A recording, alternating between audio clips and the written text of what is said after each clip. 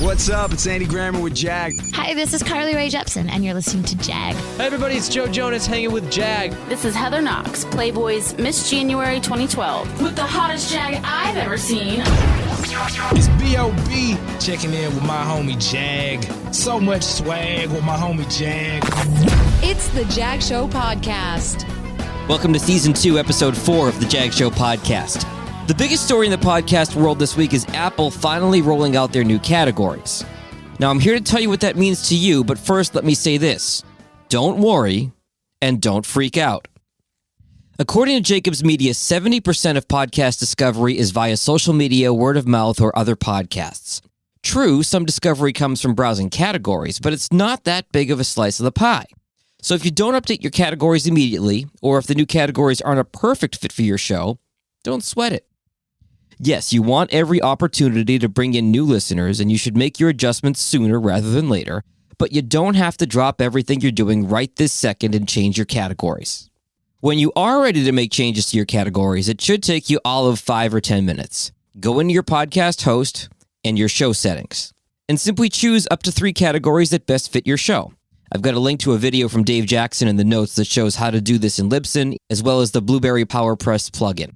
I did this for my clients this morning and had them all finished and emails sent out before 9 a.m. The other topic I want to cover today is something once known as TiVo guilt.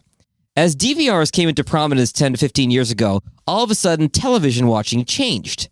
DVRs are much easier to use than a VCR, and they don't blink 12 o'clock all day. But this ease of use meant that we started taping everything. If a show even looked mildly interesting, we could add it to our queue with only a few button pushes.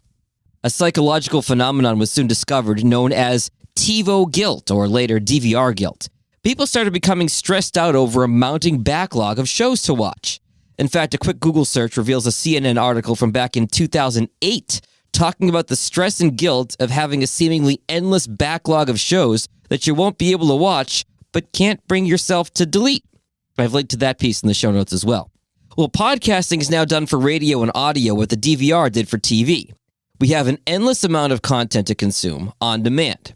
According to Edison Research's Infinite Dial survey, most podcasts are consumed within 48 hours of download. And topical ones, often related to news or politics or sports, have a limited shelf life. Evergreen ones often fall to the back burner. For me, I listen to the Daily from the New York Times every morning, or at least within that 48-hour window, and if I don't, the content is no longer timely. I'm also a faithful listener of Pod Save America, which generally comes out twice a week. My political lean is close to that of the hosts, they've got great inside knowledge, and I enjoy their personalities. But the problem is, each episode runs around 80 or 90 minutes. That's a huge time commitment, and I don't want to fall behind. So I've begun listening to that show at 1.5 times speed in my Apple Podcasts app. It's a little bit rushed, but I can still understand everything, and now I only have to commit an hour to it, usually while I'm in the car. So I'm still consuming it, but a bit rushed. For me, the podcast that's most likely to fall victim to my guilt and time crunch is the NBC Sports Boston Breakfast Pod. I grew up in Boston, so I still follow the New England teams. Now, this podcast is about a 15-minute repackaging of the best 5 minutes on each team from the previous night's TV sports talk show. I work from home, so my time to listen used to be when I'd walk my dog in the morning. Lately, my wife has been getting up early to walk the dog with me. Now, don't get me wrong, it's nice to spend some time together at the beginning of the day, but with less time to myself, there's less podcast consumption time.